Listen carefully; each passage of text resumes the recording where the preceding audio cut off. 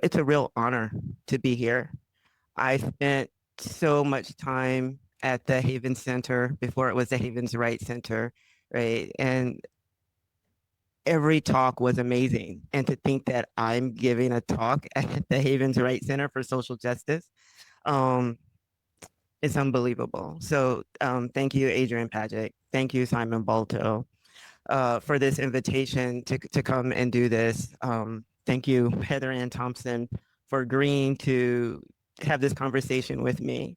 And as Simon said, Heather is an amazing historian and really calls historians to do a particular type of work, to do a particular type of work, really honoring the everyday lived experiences of working people and to give their agency the due it deserves. And when I read, I think the first thing I read was the article about why mass incarceration matters for historians. And I was like, wow. And then I read Who's Detroit? And to read Who's Detroit and to understand, right, that the stories we told and why it didn't feel real to me in some of my classes was because it wasn't being told from that perspective, right? And it changed how I approached my scholarship. It changed me as a graduate student. It made me ask different questions about the archives, about the interviews I was doing, and about why the work mattered. So thank you, Heather, for doing this with me. The Wisconsin Labor History Society. The Wisconsin Labor History Society nurtured me while I was a graduate student. I actually won an award for a paper that I wrote early, my second year in the PhD program. And the folks there really cared that I was doing research on Wisconsin. And so I want to invite you to attend the Wisconsin Labor History Society's conference on the 9th of May in Milwaukee at the Ironworkers Local 8 building.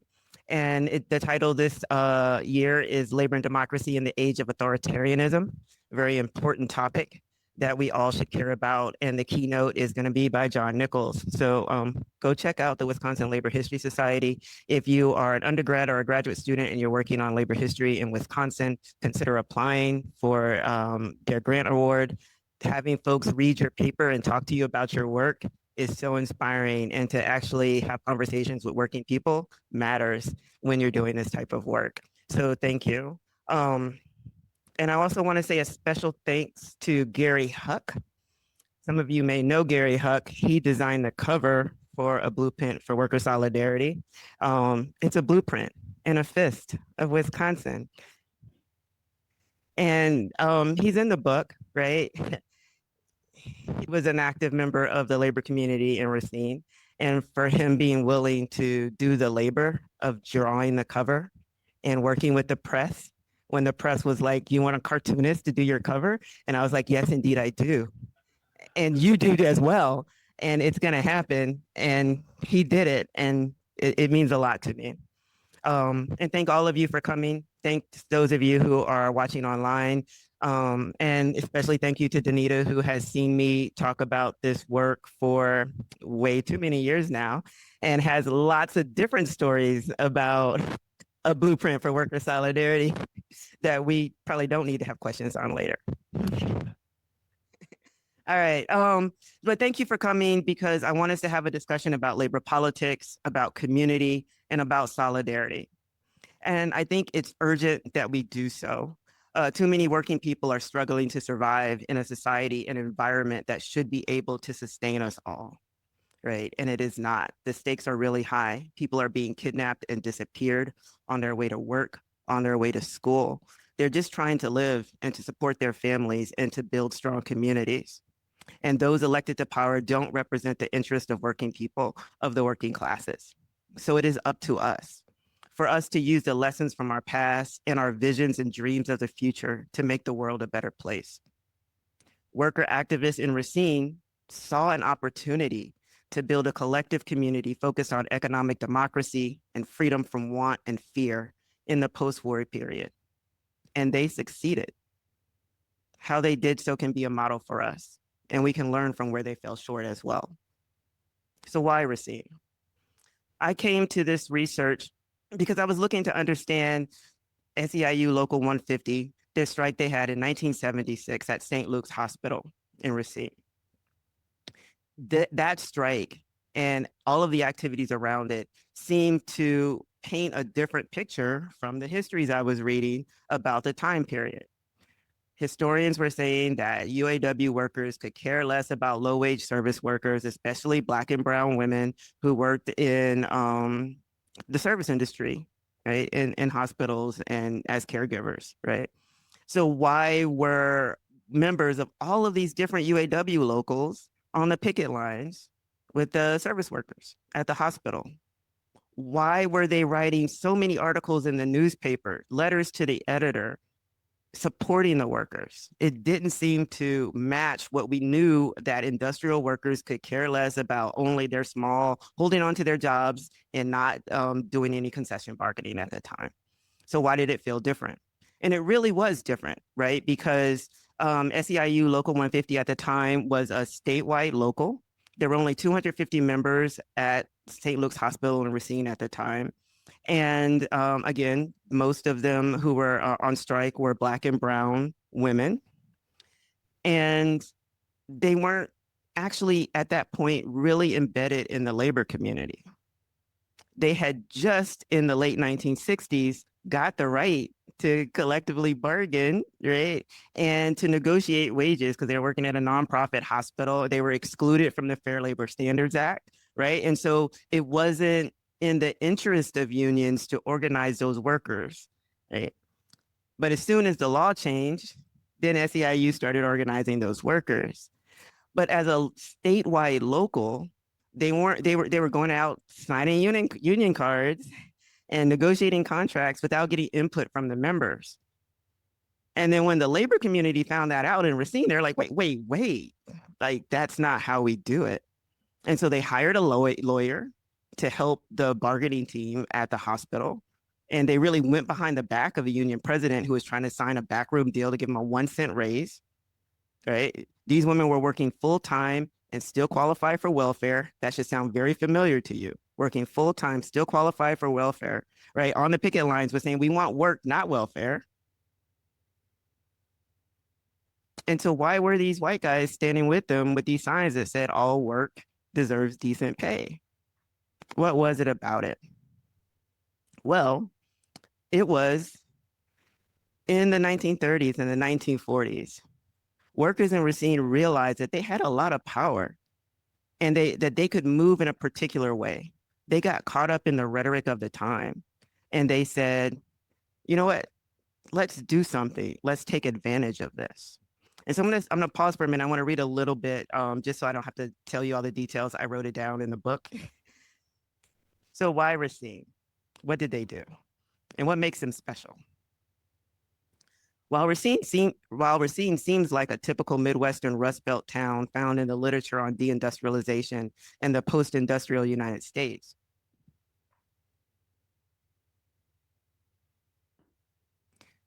its relatively diversified industrial base made it more resistant to the market fluctuations that devastated one industry towns like Akron, Gary, or neighboring Kenosha, Wisconsin. More important to understanding the vitality of the labor community, 4 factors set Racine apart and played key roles in the enduring labor militancy and lingering sense of collective class identity. First, early organizing beyond industrial settings to include public workers, private service, and white-collar workers expanded the definition of who belonged in the labor community. Second, Black workers' efforts during the long civil rights era helped infuse a racial analysis into working class politics. Third, the labor strife that persisted in the post-war period belied any illusions of a labor management accord in local class relations and extended the sense of collective struggle. And fourth, the 40-year history of the publication of the local labor paper, Racine Labor, which helped encourage public debate on working class issues, the political use of the city's labor history, and broad support for working class issues across diverse unions, shaped a lasting narrative of the valuable role of the labor community in securing economic and social justice for all workers.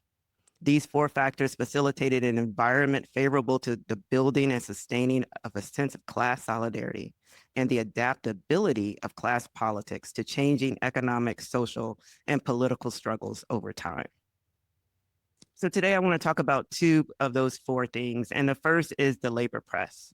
And this is what I mean by it being urgent for us right now, right?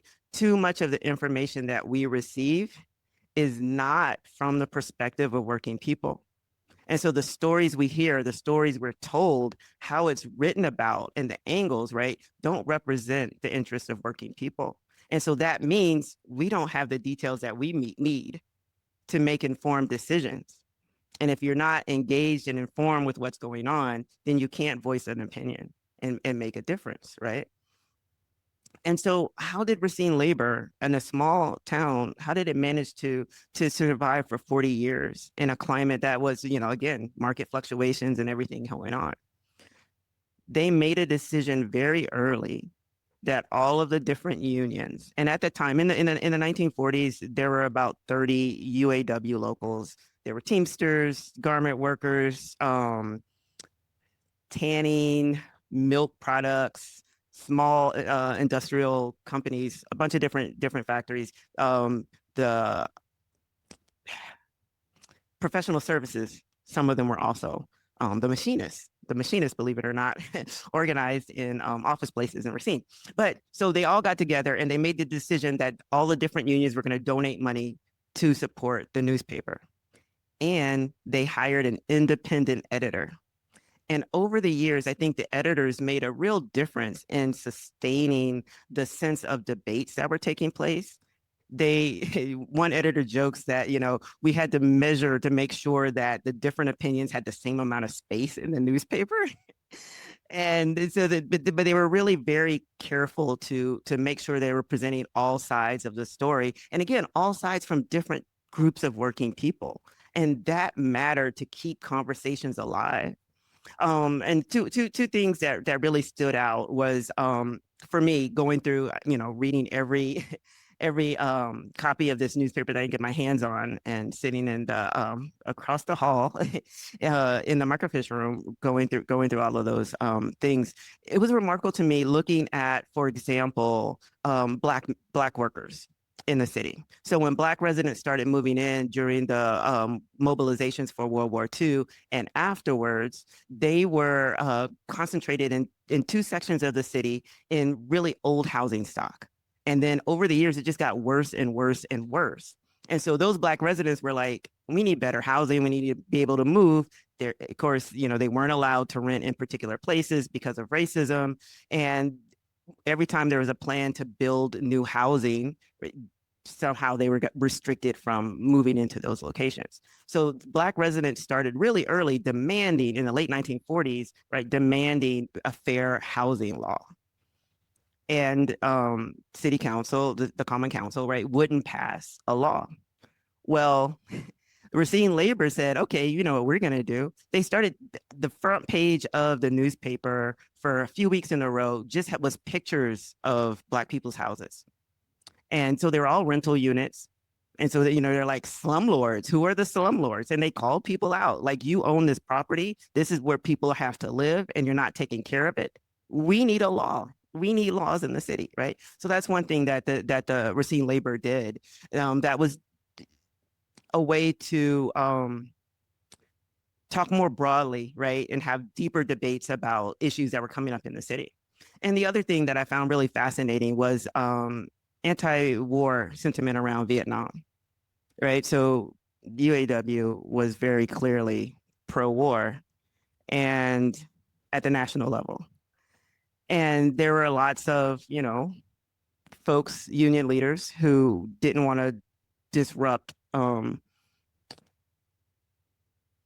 practical, pragmatic attachment to their political overlords. I'll tell you how I feel later. But there were a few people in Racine who were like, yeah, no. And so they wrote letters to the editor, and they got their letters published. And there was a real debate around supporting the war. And I mean, I can talk about other things. I can talk about the anti-apartheid movement and things like that. But the fact that these conversations were playing out for workers to have them themselves was really important to building a sense of community and bringing folks together and keeping them committed to staying involved and engaged. Another important thing is, and I kind of mentioned it before, is to counter the mainstream stress, mainstream press, right? So the Racine Journal-Times and other newspapers, right, had one story to tell about things that were happening in Racine, and Racine Labor had a different story to tell. And so probably the biggest thing for me is the 1960 Case strike. So when workers at Case went on strike in 1960, there was huge, like, get them back to work energy coming from the Racine Journal-Times. Racine Labor, of course, was like, yeah, no. They need to be on strike. They don't even have dues checkoff. And in fact, they did not win dues checkoff. And I can explain what that means later if you need me to, but they didn't win in that strike. But they kept fighting for it. And so what Racine Labor did was showed what every other place had. Case was the largest employer in the city. Local UAW Local 180 was the largest union. And that battle that played out, that really started in the 1940s and moves forward until they do get dues checkoff a few years later, right? And it keeps going. I'm not going to say it stops because the Local 180 is still out there doing the good work in Racine. But the fact that they had this outlet to put their views out there in the public and have a debate, right, with management in the other press. And so workers could see, oh, well, like, this is a story we're getting on the news. This is a story we're getting in the newspaper, but this is what the news, like, and so then when they show up for the rallies and they're getting reports at their union meetings, they're like, oh, okay, all right, we see how it plays out, right? And it was really important in 1960 as well, because you had the Kohler strike. So just up the road, the Kohler strike is huge national story, right? It's shaping anti-communism and the rise of conservatism and McCarthyism, and all of this stuff is wrapped up in the Kohler strike. And so to be able to have that conversation in a press that's representing your interests really kind of fueled this energy and built upon what they had done over the previous decades. And it was a real vehicle, the Racine Labor, right, to remembering the role of working people and how they shape the local political economy. So every time there was a holiday, right, it was like, hey, look, we did all of this work before, and here it is. Every time there was a strike, every time there was an organizing drive, whatever was happening, it was an opportunity to say, hey, remember when it was like this, and then we made it like this, and then we made it like this. And this place is getting better because of the work that we do. And that was the role of the newspaper, to be able to hold that sense of community over the years, really helped pull them together. And the other thing too that made it a great place is you could put your every union member got a free copy, right? Because the unions paid for it. And you could put ads in there. So you could sell a car or rent an apartment or, do your local classifieds for free in the newspaper. So, people were reading it and looking at it. And so, it was actually something that was happening. So even when, I'm going way over time, but even when businesses started to leave Racine, unions said, okay, well, we'll keep you together we'll keep giving you the newspaper. So even though your union isn't represented there, you get your newspaper so that you can stay connected and you can get updates and know what's going on. So it really was a sense of community. And politics was the other thing that I wanted to talk about, and I'll wrap it up really quickly and kind of move on, because I think it's really important that we talk about what Robert Bustle talks about in St. Louis in his book, Total Person Unionism, what today we would call intersectional organizing, right? And so when you hear people talk about intersectionality and your eyes kind of roll back and you're like, oh, buzzword, well, whatever, like it really matters, right? And so in the 1940s, they called it total person unionism. And what it meant was that worker activists wanted to make sure that people knew that it was their responsibility, that how they were a good citizen, how they were a good union member, how they were a good member of the community was to be involved and engaged and informed. And so they said, you know what? The local government isn't doing what we need them to do. We need to make a difference. So in 1943, they got together and they had helped Francis Went become elected mayor of Racine. He was a lawyer for UAW, and he pushed out business leaders who had been leading the political landscape in Racine since Racine was a Racine, right? And so when it was a small agricultural area and they had insurance companies and they were kind of helping the farmers out in the region, right? A couple businesses moved there, and the managers of those businesses were mayors, right? And then in 1943, they elect Francis Went. So in 1944, when UAW Local 180 goes on strike, Francis Went, as mayor, says, hey, that's very shameful what you did canceling their health insurance. Why would you do that? That's not a good move management. And then he got some public works jobs for the guys who were out of work. He's like, hey, we need these streets paved. Can you come help us out? Right. And so they had an ally. They got seats on the Common Council, seats in the school board. They were on boards of the Civilian Utility Board in the 1970s when utility costs skyrocketed. Tony Vallejo, who was president of Local 180 in the 1960s, during the 1960 strike, right? When he retired, he didn't retire and put his feet up. He went to work in the community. And so he's like, you know what, we can't have this 23% tax hike on utilities. You know, our retirees can't afford it. We need to do something better, right? So they got engaged and involved. William Jenkins, he's retired. He should be resting and enjoying, you know, watching his 6 children and multiple grandchildren grow up. But he runs for the school board because they go in and they try to close the schools and they refuse to bus students and they want to get rid of the free and reduced lunch program. He's like, yeah, no. I need to be on the school board. Right. And so that sense of responsibility to what you need, right? And that sense that it wasn't just about what was happening at work and your relationship with your job and your particular duties, your foreman, your boss, the management, the contract, like all of that stuff mattered, but it wasn't the whole thing, right? That was just one piece of it. The other part was, what are we doing to make the community better? What are we doing to make sure that our kids have something that they need? What's it like at church? How's your religious freedom, right?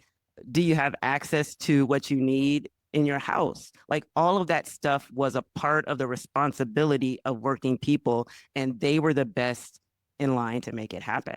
So they took over some of the the community club organizations, right? The charities, because they're like, hey, we're the ones who need to depend on this stuff during hard times, so we should be sitting on the boards, right? They took over the local NAACP because they're like, hey, you know, it's got a middle class agenda and this is a working class town, so let's make it a working class institution, right? So like that kind of stuff is the stuff that is missing right now. Part of the things, and this is one of the reasons that I wanted to talk to Heather, and I'll move over to this, is that the workers in Racine, by the time you get to the 1980s, right, and Tommy Thompson is about to be elected, they were hopeful, and they were like, you know, we can even fight back against this. We're not giving up. They were still fighting. They were determined to win, and they're like, we can keep coming back. So like the jobs are gone. People talk about it as a union town. There are not that many unions left, but they're still it's still a union town, right? It wasn't the workers didn't lose. Workers, we just can't do it by ourselves. We need an activist government, and we need an informed community that understands the stakes. And we need to stop having these artificial divides between us. And if we don't have our own press, if we don't push politicians to respond to us, if we don't have a political party that represents our interests, then that's where the loss comes from, right? It's not the determination of the workers. It's not a loss of a sense of class identity, right? It's deeper than that. It's something else. So I'll stop there because I'm over time. And hi, Heather. Thanks for willing to do this. That was great. That was great. So of course I have things written down, but I'm also just still processing your overview, which was really incredible. I first just thank you all for having me. Thank you for inviting me to do this, and Simon, the auspicious accident that our timing here really invited us to talk about this, which I'm very grateful for. In fact, when I first started off in history a million years ago, I was thoroughly a labor historian. I've since become, I think, a hybrid historian, but labor history is still very important to me. And I wanted to go to Wisconsin when I left high school for exactly that reason, even though I was from Detroit, which of course is also a labor city, but I wanted to go to Wisconsin because that was the epicenter of labor history. And I didn't. I went to Michigan because it was cheaper, because I was an in-state resident. But, Wisconsin has always been really important. And I'm so grateful that really good labor history is still coming out of Wisconsin, which it certainly has in this book. So I thought what I would do is just first make some just quick remarks about the book, and then invite us to have a conversation about it. For those of you who have not read this book, can I just first say a few things about the book and really invite you to spend a lot of time with it. First of all, Naomi, you're an amazing writer. So let me just say, like, it's always, I will, not to throw any of my fellow historians under the bus, but there's an old adage that if you have a really good story to tell, then maybe you don't want to give it to a historian, because historians have this way of just making it so complicated sometimes. And, it was, it's the most, but this is the opposite of that. This is a beautifully written story. You have just a wonderful, thoughtful use of language and characters. And yet it's also really sophisticated, theoretically sophisticated. Naomi talks about, a concept called adaptive solidarity, which I'll invite you to the book to read, because it's really profoundly, profoundly important. And the decision to talk about the labor community, and not just talking about the working class or the community as if those things were somehow different or at odds or had different agendas. And so that's, it comes through beautifully. The research is incredible. I'm sorry that you had to go through the microfiche and the microfilm, which is enough to make anyone sick as it's spinning past you, but was worth every single hour that you spent doing that. And in no small part because the thing about being a historian is that you really do get to be a detective. You don't know what you don't know till you dig in there. And sometimes it surprises you in a positive way, and sometimes in a negative way. You're like, damn, I really wish they hadn't done that. Or you're so pleasantly surprised. And I will say that the beautiful storytelling in this book is a very pleasant surprise. And I'm trying to think about how to convey what I really mean by that. There are so many rich characters in here, Vallejo, Jenkins. I mean, like characters, like if you were to animate this in a film or something, like characters that are really driving this story, but also events that are driving the story, dramatic strikes that are narrated. The section that you have on the pushback against the attempted conservative takeover of the Common Council and the school board. I mean, just, you're just kind of, by the edge of your seat waiting to see how it's going to play out. And that's incredibly valuable and powerful. And there are numerous really important correctives in this book that you've talked about a few, and I want to come back to one that you mentioned in particular. But, you have shown that this story of declension, the declension narrative, that the labor movement is just doomed basically after 1955. You've shown that is far from the case. And I think you join a community of labor historians who've really shown that, why do we think that, first of all? Why do we think that the labor movement is moribund and dead after 1955 when it just clearly is not the case? And in that sense, Racine is not an exception. It's not an outlier. It is very much the story in myriad cities and small towns in America. You make the intervention that the glorious 1950s that we do look back on, I think, oftentimes, and rightfully so, as a time of growth and building, and people buying homes and people feathering their nests in ways that will make the 60s a pretty special decade. You pull no punches that is because that capital is constantly being held to account, that working people are constantly having to push for this. It's not given. It's not I don't care what the Wagner Act says. I don't care what the Labor Council says. Every fight is a fight. And you make that really clear, which again is important because we tend to think of these things as static. Oh, we win the Voting Rights Act. Okay, now we're done. No, I mean, you're showing on the ground how this has always been contested. And I also want to really shout out, and I'll come back to this, that you deal with the question of racial justice, and you make clear that attention to racial justice doesn't just make the labor movement more woke, more diverse, more interesting, more with the times, but actually that it is essential to the labor movement's survival. And you're talking about a part of the country that is certainly diverse, but you show how it's incredibly essential, just as it would be in, say, the city of Detroit, or places where maybe it would be more obvious to people that race matters because demographically, it's just much more on the political agenda. And in Racine, you show that this is absolutely crucial. So before I move into my questions, I want to just shout out the two things that you just said, which I think are so critically important, the two interventions in this book that we just need to think about for a moment.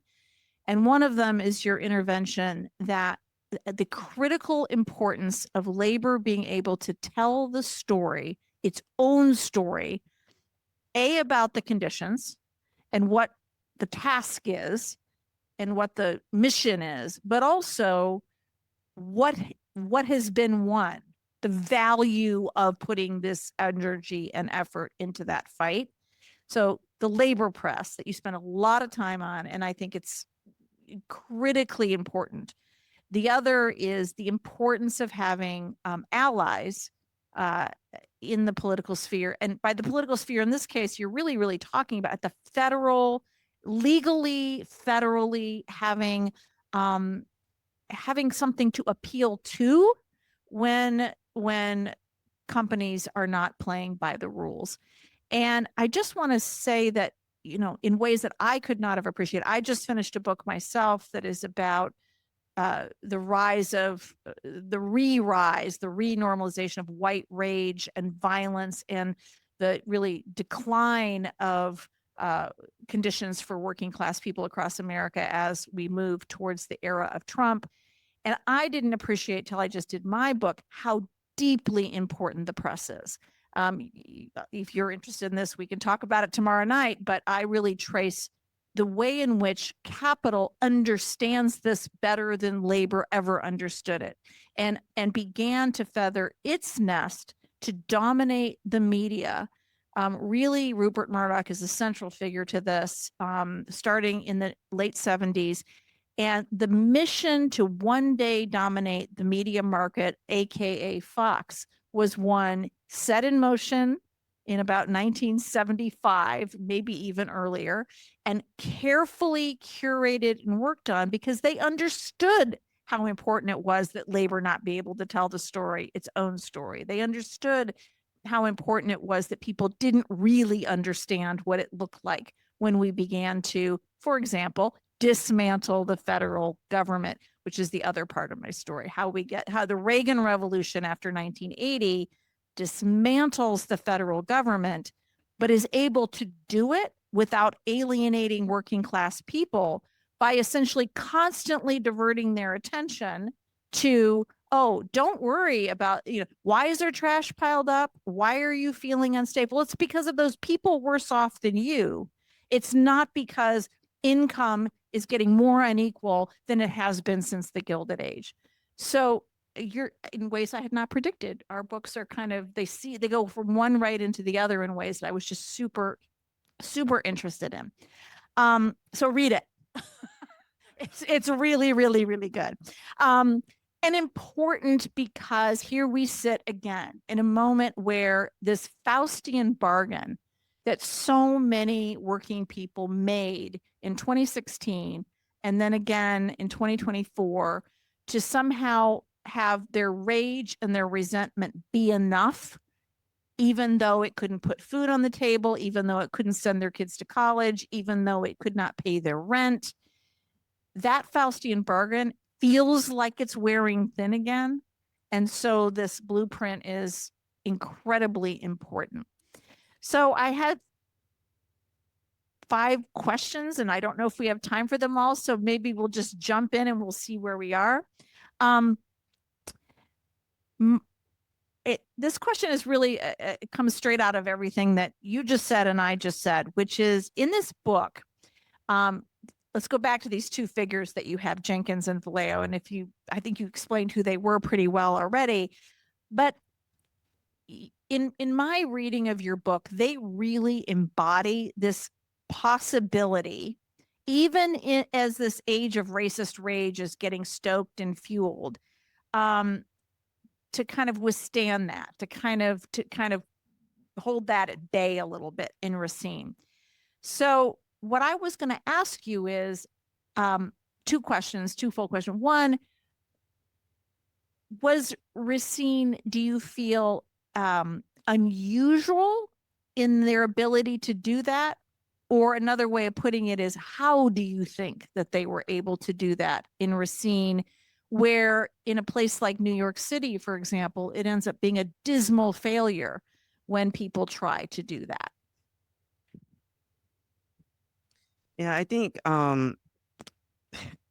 it's not one person, right? It's never just one person, but Bill Jenkins was an incredible person, right? And it wasn't just him, right? He had a crew, and I think that that's really important. He had a group of folks who, and he was the only Black one in that crew, right? But he had a crew of folks who understood the importance of dealing with the race issue, and I mean, they did it in Racine, but they went to Janesville. They went around the whole southeastern part of Wisconsin, talking to unions about, hey, we got to do better with this race stuff, right?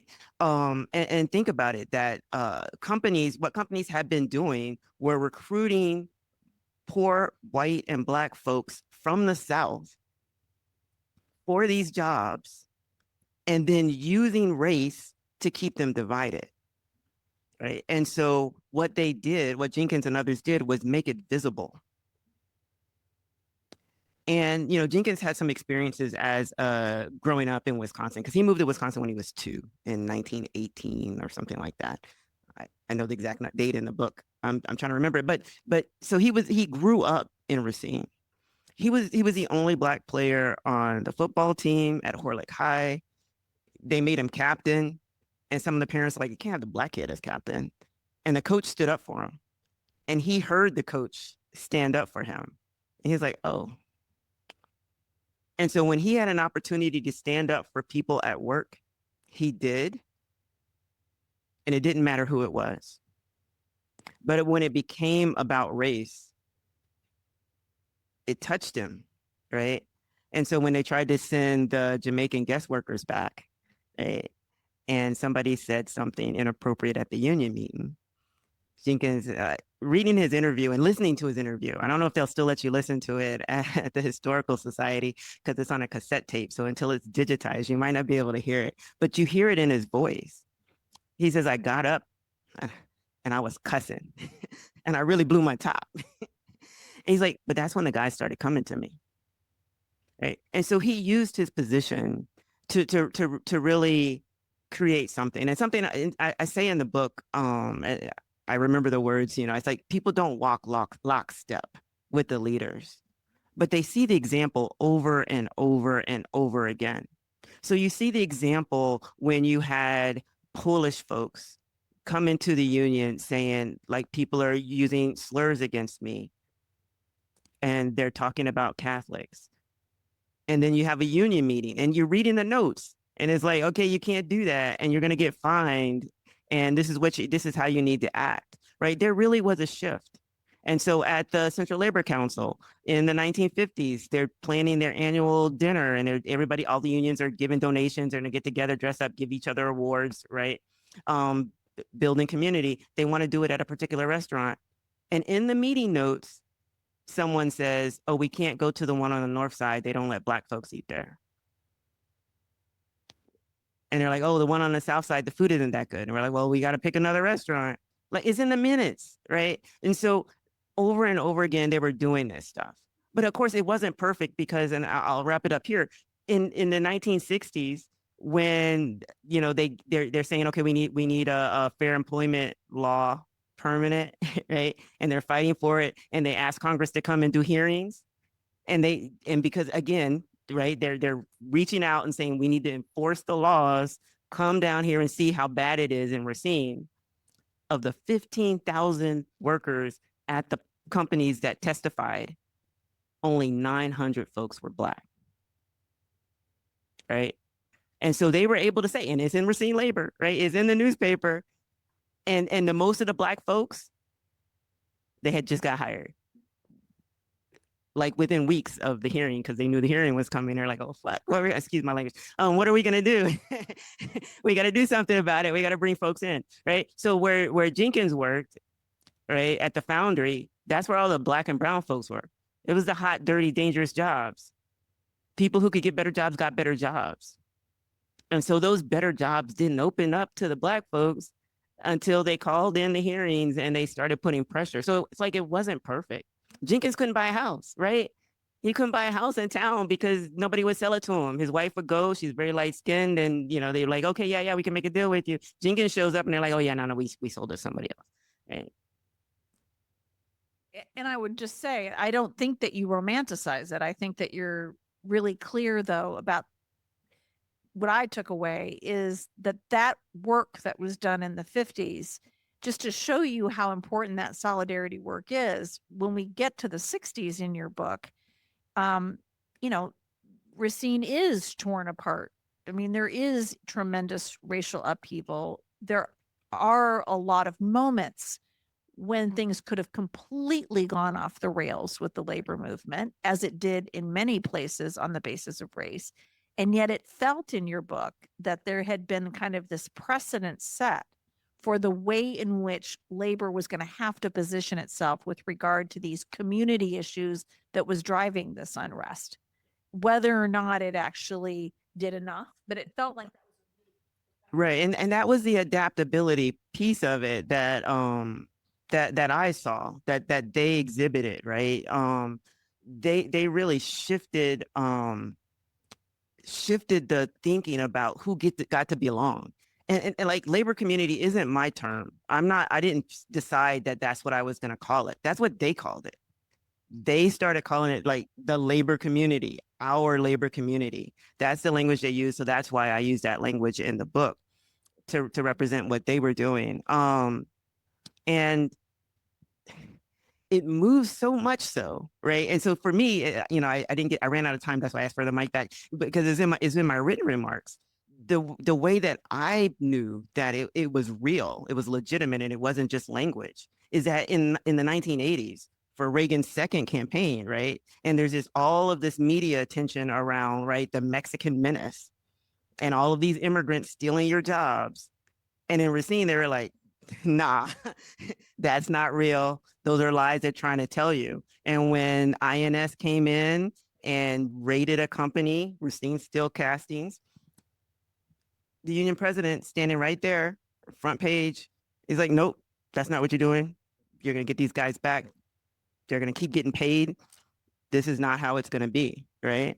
And you know it's real because the NAACP and the Immigrants' Rights Group, their offices are in the labor center. So you know it's a real thing. It's a real space. It's a real community. And it didn't start out like that. And it moved and it shifted and it grew and it expanded based on people making demands because they felt like they had a voice to make demands and they felt like they had access to it. Right. So they could write a letter to the newspaper if they disagreed, if they were having a fight in the union. It was a public fight because it was playing out in the letters to the editor. And they knew that they could like negotiate these things. And people changed the way they thought and felt and understood. And you see it really well in the debates in the late 60s and the early 70s around the conservative rise of conservatism in the county and how it played out in the city of Racine. That's why it's a blueprint. I mean, blueprint could be, it's a play on words in many respects because there's all kinds of lessons in here. And then at the end, you actually do kind of have a blueprint for the future. But the blueprint really that you're pointing to here is that all of that ground laid made two things much more difficult for the forces against labor. And one of them was to divide that Racine labor movement on the basis of race. But the other one was just simply to make the rhetoric of the right just not resonate in quite the same way. And that's why it's a blueprint, because the question is, how do you then turn that around again? And I'll go to my next actually bold question about that, because I think that at some level you're arguing, and I could be wrong, so push back if I am, that you actually say this is a quote, Black workers' civil rights activism helped to extend the post-war liberal agenda within the local political economy of Racine, which in my read, especially with your evidence, it seems to me that you're making the following bold argument.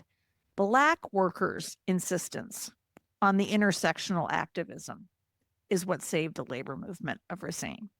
Is that fair? I mean, in terms of like chicken, egg, drivers, passengers, it sounds like, I mean, even though so many of the workers in your story are white, there's a very powerful argument in here about who is really pushing this agenda about intersectionality and about identity that's going to end up helping everybody. Is that fair? It is. And that's what I mean.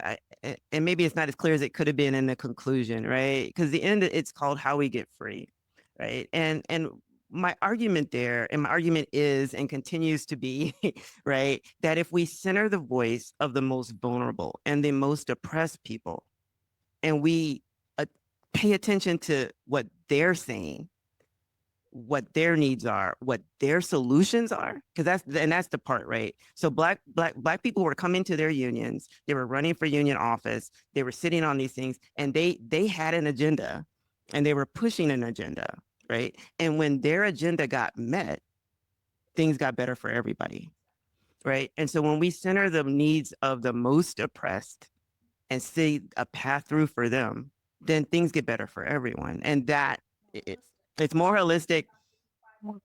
An hour. It's and that's why it has to be, it can't just be one union, one workplace. It can't even just be a coalition of unions. It has to be a coalition of unions and community groups and religious organizations and a community coming together as a community. Because what does Jenkins do? Jenkins runs for president of his union for a long time before he ever gets a leadership position. But then he becomes president of the Central Labor Council. And then as president of the Central Labor Council, what does he do? He gets together with his crew, right? And he institutes a prescription drug program and an eyeglass program. So things that were outside of union negotiated benefits. He took it to the Labor Council. And so everybody was able to go get their eyes checked on a yearly basis and afford their medications that they hadn't been able to afford, right?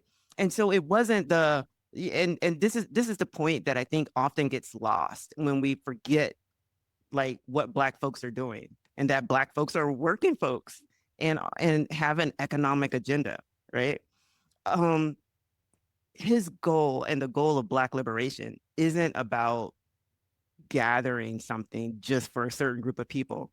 It is literally about making the world better. And so it plays out in Racine in such a way that it shifted the class politics of the city.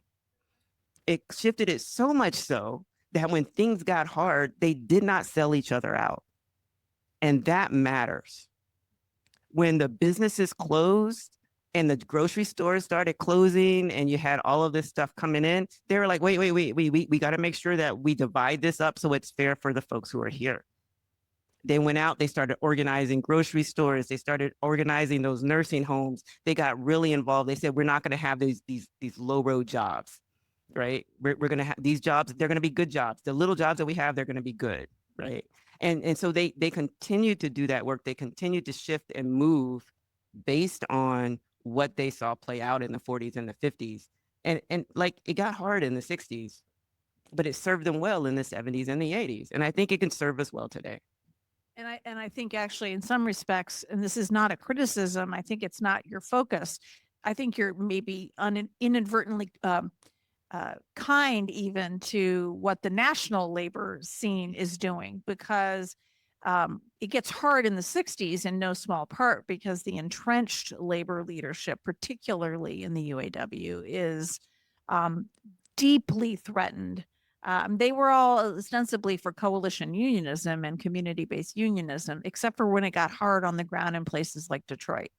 And of course, that was where the home of the UAW was. And I think that that set the stage a great deal for the national union's posture vis-a-vis many of its locals around the country, which is why you see all these upsurges of wildcat strikes. What was so striking to me, no pun intended, about Racine was how these are strikes, that these are not these ad hoc labor actions against the union brass. These are one right after another, whether it's a hospital strike, whether it's the strike of social workers, which is fascinating in here. It really, what you feel like, not to, it sounds like an old fuddy-duddy thing to say, but you kind of feel like this would have been kind of FDR's idealized New Deal oasis in terms of the way coalition was working, right? I mean, that was the coalition that gets him elected, and it is the coalition that keeps Racine having the labor movement that it does. So I guess that leads me to my last question, which is a big one, because I think it again flows out of this. So I think you're absolutely right, as I said, to say how much of that depended on the press and narration, which by the way is true of all justice struggles. I mean, the minute we stop being able to tell the story gets completely twisted and turned and muted. So I think that's right. And you also say the importance of having that government structure, that legal structure, which again, so true. But here's the hard question. So rich people knew that, the right knew that, which is why they took over the press and dismantled the American welfare state. So now here we are. And here we are again in what I refer to oftentimes as the new Jim Crow Gilded Age. So the rise of racial violence, legalized sanctioned lynching, and in combination with the rise of the greatest income inequality we've had since the 19th century. So we're kind of back to square one on the one hand. So what would your blueprint be from Racine without that? Because now we don't have that federal government. Now we don't have legal protections. The rule of law doesn't matter so we're back to the 19th century. So, but the labor movement was born at a time when there was no support from the federal government. And obviously the rule of law didn't matter, particularly for Black and brown folks. So what is the takeaway from your book given that? And so yeah, it'd be great if we had those things, but we don't.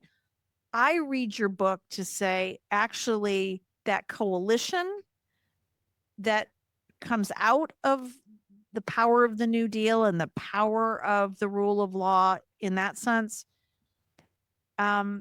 is also what made the New Deal. Right. So can you develop that? Because I think I don't want people to think that you're arguing that we have to have that to have a labor movement, because that's not what you're arguing. No, not at all. Right. And so, yeah, you started the answer. And I'll try to keep it brief. Okay. Big question, right? This only happened in Racine because working people forced the federal government to step up and take responsibility, right? We never have these big change if it isn't for mass mobilizations.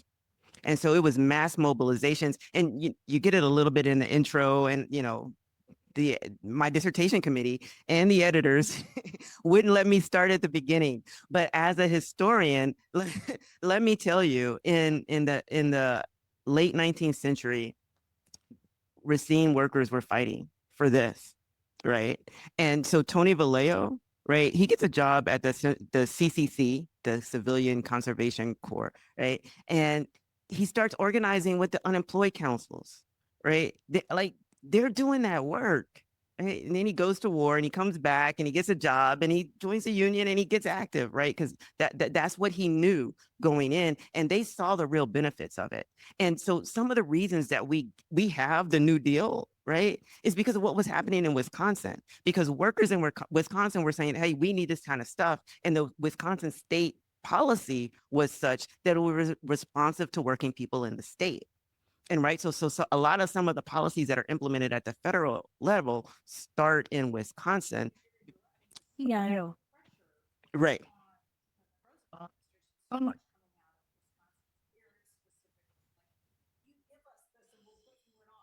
Right. And then they put their feet to the fire, right? And so for me, some of the most fun parts of it are watching the Racine labor community respond to politicians who aren't doing what they're supposed to do for working people, right? We don't care. You're there because we put you there. You're going to do this, and we need to make it happen. Which is why they got interviews about equal employment in Racine. Racine is a tiny town, y'all. Like, it's really small. How did they get federal hearings in Racine? It's because they fought and demanded it.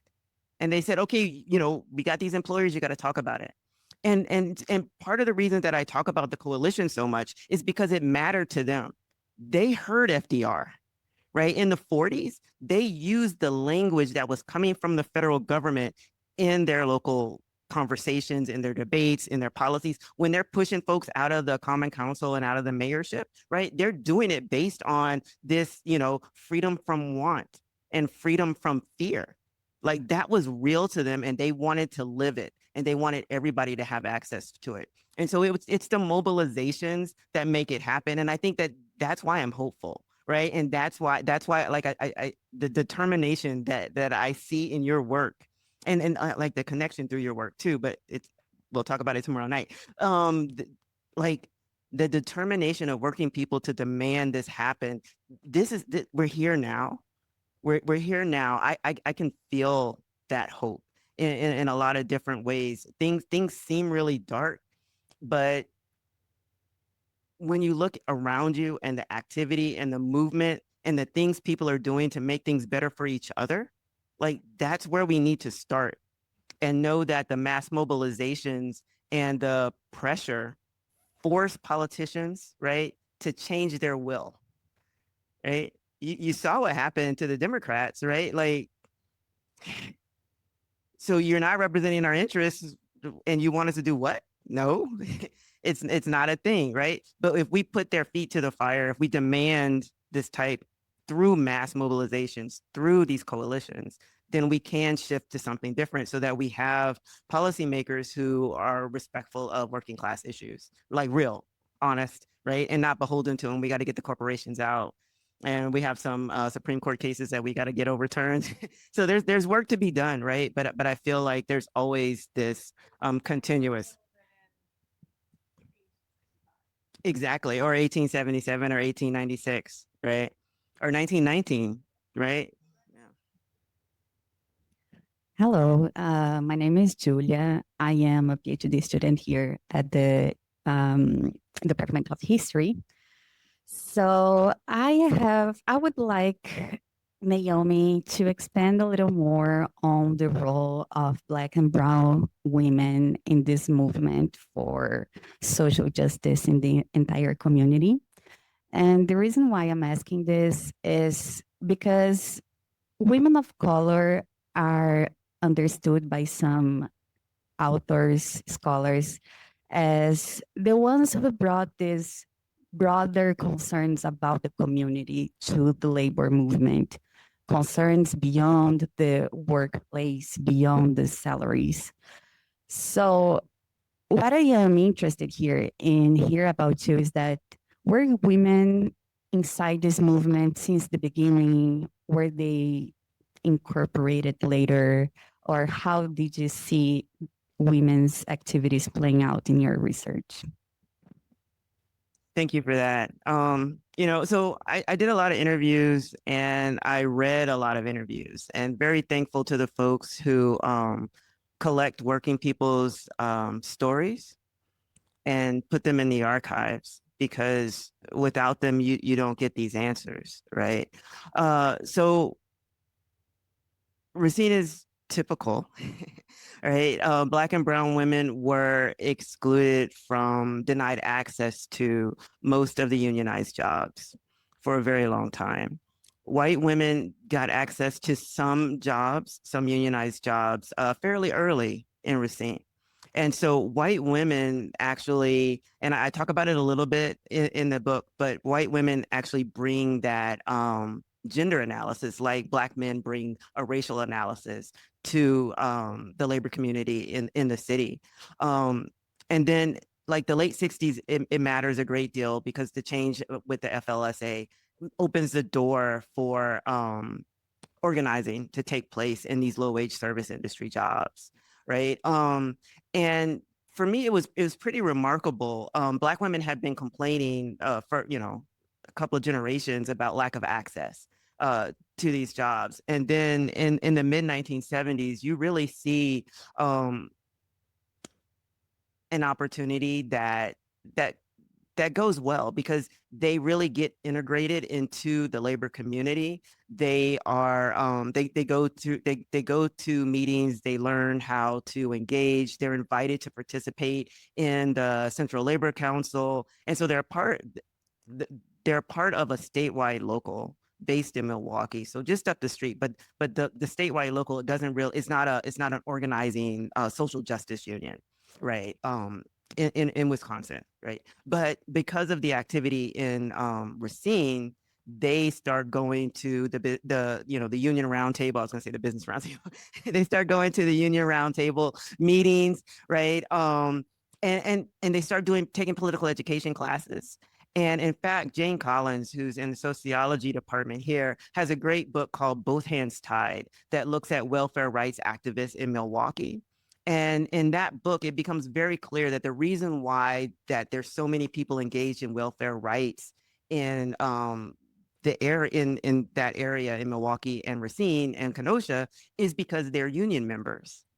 And it's when they're union members, right, who are fighting to get living wage jobs, but who still qualify for welfare. And so the welfare rights activists are union members, are labor community members, right? And so they bring that type of energy to other spaces. And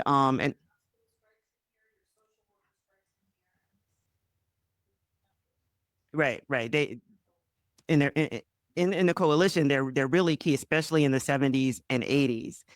um I could not get any women to interview with me. Right. And I was surprised by that because they're like, oh no, talk to this person. Everybody I approached was like, oh, you should talk to somebody else. Oh, I wasn't a leader. I'm like, I'm not trying to talk to union leaders.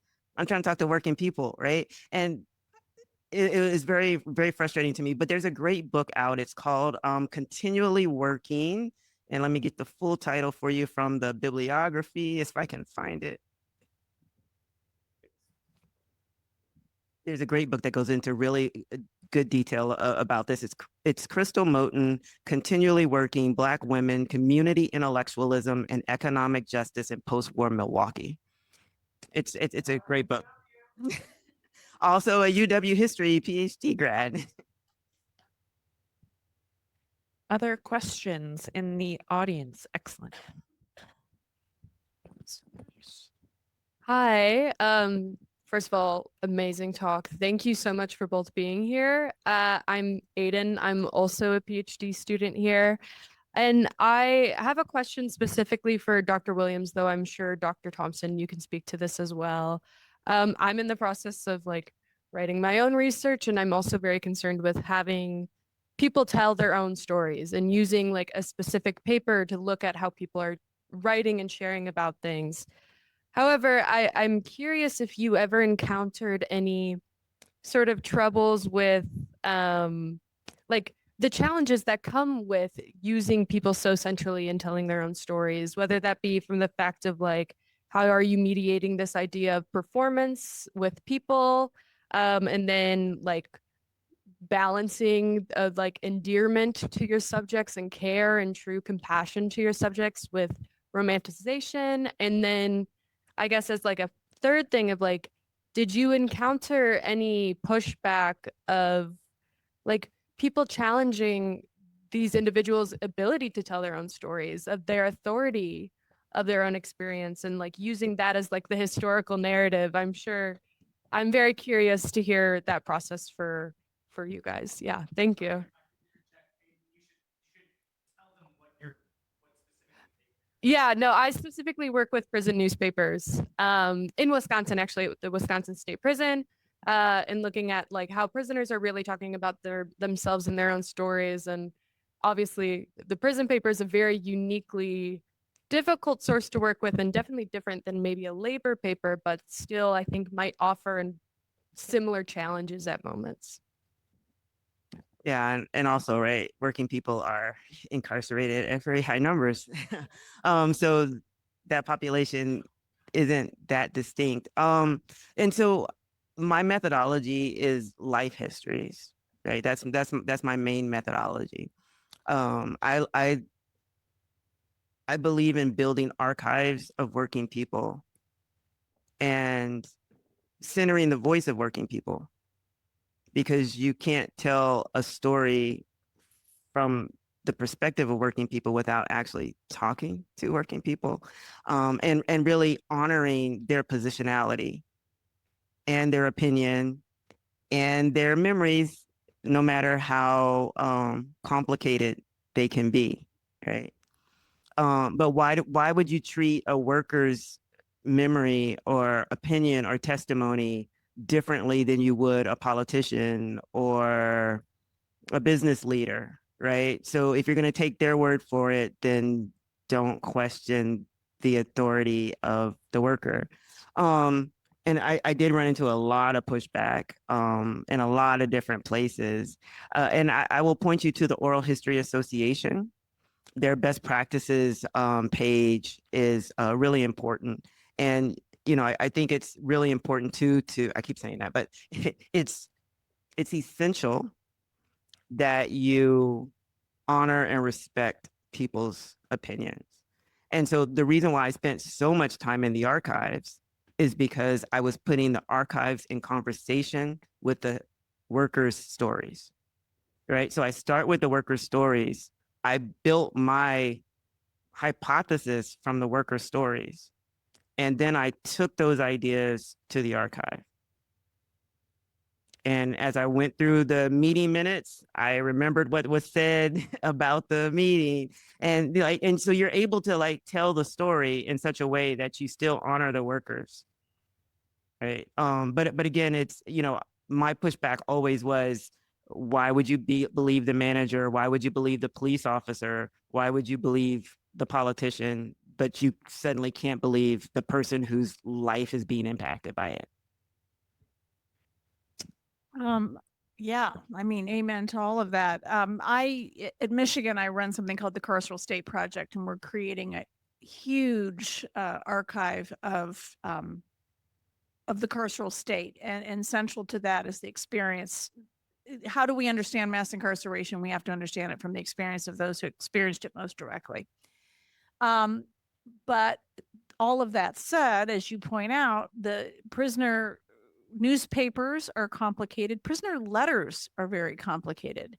When you write a letter from your cell, and it by the time it makes it to the governor's papers where you might find it, or to the prison writing archive online where you might see it, it has probably been through the hands of 3 guards.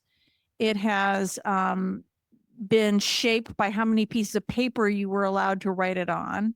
It was sent either much later than you hoped it would be, or probably much later than you hoped it would be, because you're waiting to be able to get the stamp to send it, right? Or the chit to send it, whatever, wherever you are. So all of that matters in terms of what you make of what's, as I do think in some sense, prisoner newspapers are slightly different than other, or prison voices are different in the sense of the constraints on those voices you really have to deal with. But to Naomi's point, that bar is no different than, if some businessman is writing their memoir, right, their constraints are different. Their constraints are they want to be, the big guy who's remembered favorably forever, but it nevertheless shapes the narrative. And that's where I would just quickly say that's why I love being a historian. For all of you who are not historians, just bear with me saying it. But the thing about our method is it's a complicated method. We don't ever just take one source and say, oh, well, that's it. Da, da, da, da, da, that's what happened. You talk about a really serious discipline of corroboration. Like, we don't believe anything anyone says. So, I mean, like, we do, but you know what I mean? Like, you have to corroborate everything. If someone says there was 50 people at that demonstration, the historian is going to say, okay, well, were there 50 people? Because to us, for some reason, it matters whether it's 50 or 51. I don't know why. So we're looking at 20 different sources to see exactly how, and then we'll get the photograph because we're going to be counting them. 1, 2, 3. Oh, wait a minute. Is that someone standing behind that guy? So the beauty of the method is that you're constantly interrogating your sources, but the beauty of the inquiry is that you are centering. The question is starting from the vantage point of who was not asked, who was written out of the story to begin with.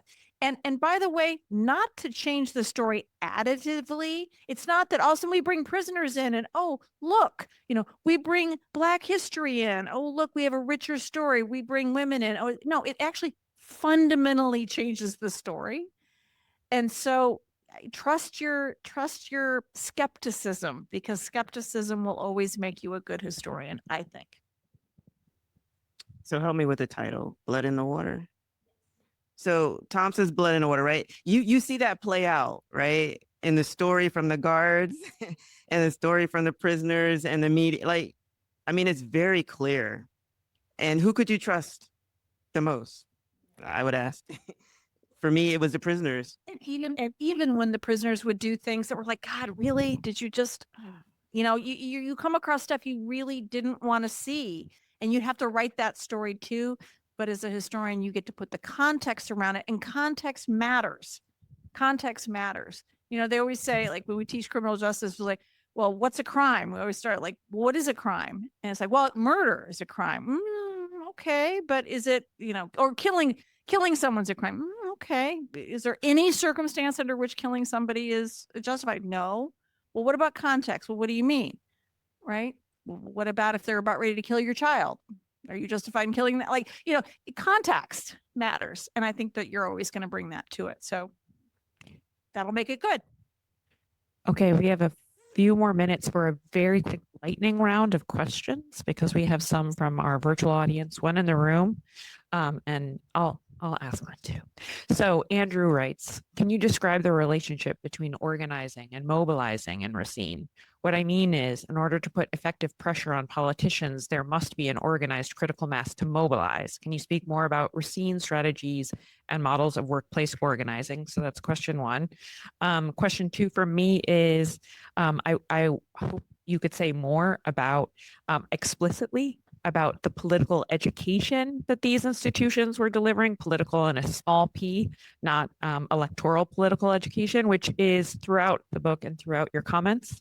But I would like for you to make that explicit to our audience. Also, as a comment, I just want to say this made me think of the making of the English working class. So we're talking about the making of the Racine working class, which is a process. So shout out to you, Naomi and EP. And our final question. I was born and raised in Racine. Thank you very much. I did not read your book. I did want to come on down here. I did work at St. Luke's Hospital in the kitchen when I was in high school. And I was in the early 70s. I left there in 74. But I still have a lot of family there and friends. The effect of the 1980s and the Reagan era, when all the factories decided to move south, first to Texas, then of course Mexico, and then wherever else from there, on the union movement and the union community. Racine, you say it's a small town, but I was always proud growing up there in the 60s.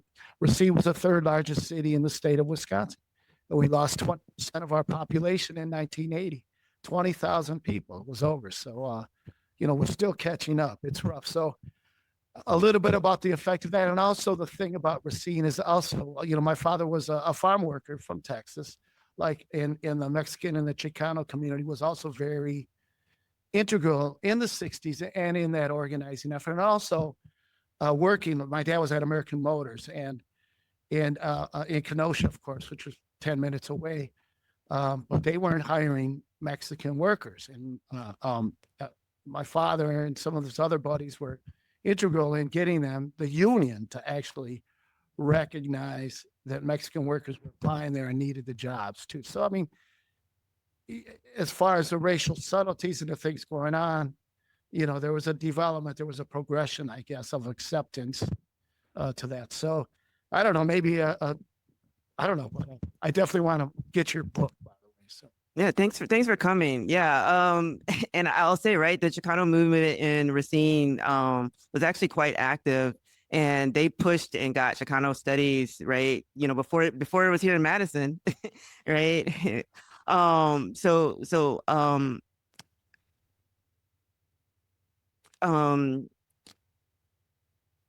Mexican American workers in Racine were often shut out. They were in the foundries. They were in the worst jobs. And they were seen as migrants, even though they weren't, right? And one of the things that I found was pretty exciting was the fact that Racine Labor would highlight Mexican workers and say, hey, look, 3 generations at this plant, 2 generations at this plant, in an effort to say, hey, like, this isn't invisible. But by the time you get to the 1970s, when you have more Puerto Ricans moving in, there's a different type of movement and activism.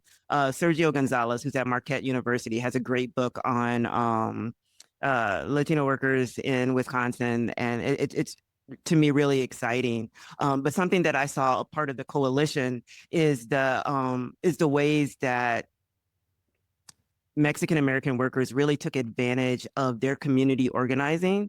They used that to get the centers, the social centers in the neighborhoods to do good, right? And to protect the kids at school, and really built, Sergio calls it the sanctuary movement, to really encourage folks to pay attention to what was going on and to be more active, and to do it from a both a religious and a labor perspective, and it wasn't a separation as much.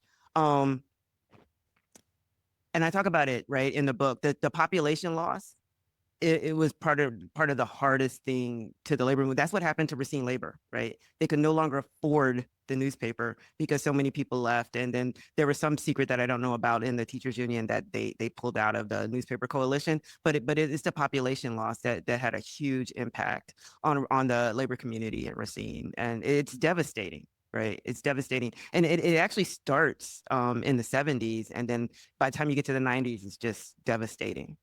Right. And you think about that, right? And you tell it from the perspective of what's being stolen from communities. When there are no jobs, there's no opportunities. And so as you finish school and you have to decide what are you going to do, you end up leaving home because what your parents built, what your grandparents built is no longer available there to you. Right. And so that if you don't think about it as theft and violence, and that's part of what I appreciate about Heather's work is the structural violence and how it plays out in people's lives, and then how they collectively try to resist and push back against that violence. Some of the other questions, the one online was about the difference between organizing and mobilizing and the relationship between the two. Right. And so I realized I was running out of time, but I wanted to talk about when I was talking about politics and how that was really key, and the total person unionism, a big part of that was political education. Right. And so something that was really visible to me in the book was the way that shop stewards and other folks in unions, right? They were down here at the School for Workers, right? They were doing education in the community. They had the sociology department at UW Parkside, right? And so they were constantly doing this work. In the 1950s, they had economists come talking about technology and automation and what it was going to do to jobs. And so the best example for political education to me comes out of the 1960 strike at Case, and the way that like they were out of work for so long. When they finally get back to work, immediately what they do is start a political education campaign. Say, hey, remember, right? This is what we fought for. This is what we won. And this is what we did in the community while we were in other places. And they really kind of put a concerted effort to to rebuild their sense of collectivity together as UAW Local 180, when so many of them had gotten other jobs in other places. All right. So they're like, let's do this. Right. They had Christmas parties. They had softball games. They did things together. Dart ball. What is dart ball? Somebody from Wisconsin, tell me at some point. Dart ball was so popular in Racine. I'm like, what is this? I could not find any details. So they did a lot of that work so that when it was time to pull people together, and this is what I mean by there were leaders who were doing things, but they built a community, because you could count on workers showing up. If the union leader said, hey, we need this, hey, we need people to get to where's Kohler? What's the city? Sheboygan, right? They were there when we needed to get people in the 1950s, when they tried to pass the Caitlin bill, which was going to be a right to work law in Wisconsin. They fled to Madison, right? I first met people from Racine in 2012 protesting at the Capitol, right? I saw a bunch of folks in their union shirts and they all had said Racine on the back. I was like, hey, can I talk to y'all? Right. So like they pulled people together. They did that kind of work in their unions, in the community. And then when it was time to pull folks together, they pulled folks together, mobilizing them for action. Right. But it was something that happened on a day-to-day basis as a part of their union activity, which means that their unions weren't just bargaining contracts and operating as an insurance company. They were literally building connections and showing folks that it was their responsibility to be engaged citizens, more than just making sure you had something good at work, right?